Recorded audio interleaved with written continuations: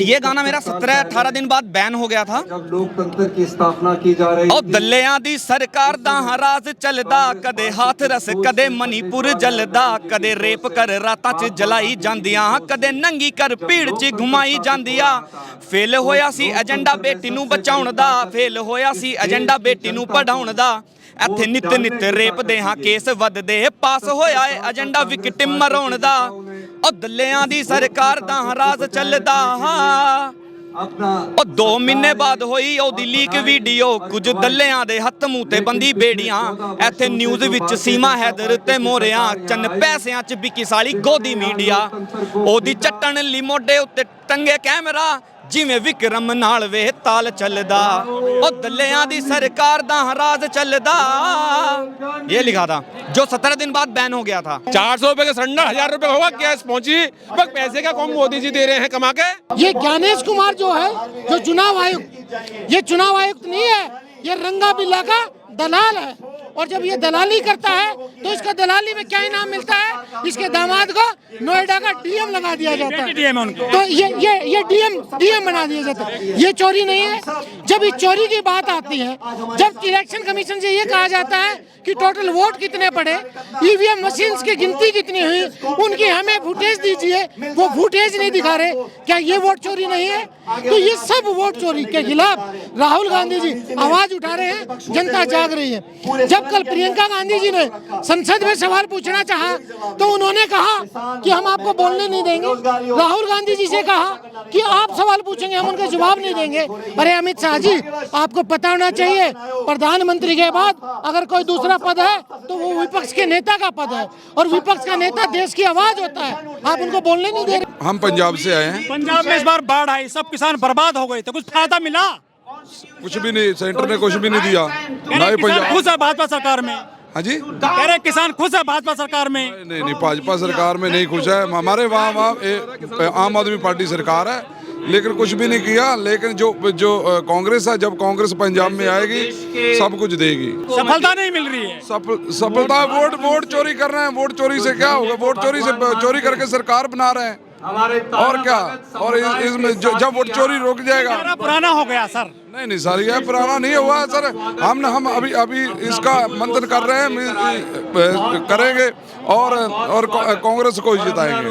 आप महाराष्ट्र में हारे, हरियाणा में हारे, दिल्ली में हारे, बिहार में हारे, आप बार बार कह रहे हो कि वोट चोरी हो रहा है, वोट नहीं मिल रहा कांग्रेस को।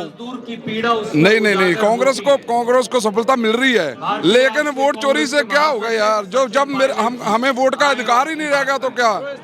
क्योंकि एक वोट को एक आदमी की 60 वोट है, वो भाजपा अपनी तरफ डाल रही है, तो वो क्या मिलेगा उसमें सफलता? दवा क्या है? फिर कैसे सफलता मिलेगी सर? ऐसे कैसे चलेगा? कह रहे 2047 तक बीजेपी रहेगी देश में।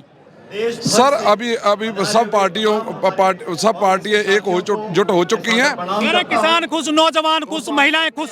सर हम ही नौजवान ही हैं, हम कौन सा बूढ़े हैं? हमें क्या मिला? नगर में शौचालय पहुंचा, सिलेंडर पहुंचा, बिजली पहुंची, अनाज पहुंचा दे फ्री उन्होंने। सर ये तो सर हमें सिलेंडर तो 450 राइट है ना, ये तुम्हारा है। 400 ये तो हमारा सर राइट है। 1000 रुपए का होगा, 400 पे सिलेंडर 1000 रुपए होगा। गैस पहुंची, रोजगार कितना दिया, शिक्षा में क्या दिया, नहर बम्बे कितने खुदवाए, 70 सालों से ये बताओ। तो ये रोजगार कितना है, महंगाई कहाँ चरम पे पहुंच गई, जानबूझकर रुपए की कीमत डॉलर से कहाँ तुलना कर रहे हो? या इतने चोर है मीडिया भाई, इतने चोर हैं। 50 किलो का कट्टा यूरिया का 45 किलो कर दिया, 40 किलो का कर दिया। इतने चोर हैं तो मिलावट खोर, कम तोल, घट तोल। कह रहे किसानों की 2 गुना कर दी। ये तो मिलावट खोल, घट तोल और कम तोल। आय बढ़ा दिया है किसानों। कौन सी आय बढ़ा दी?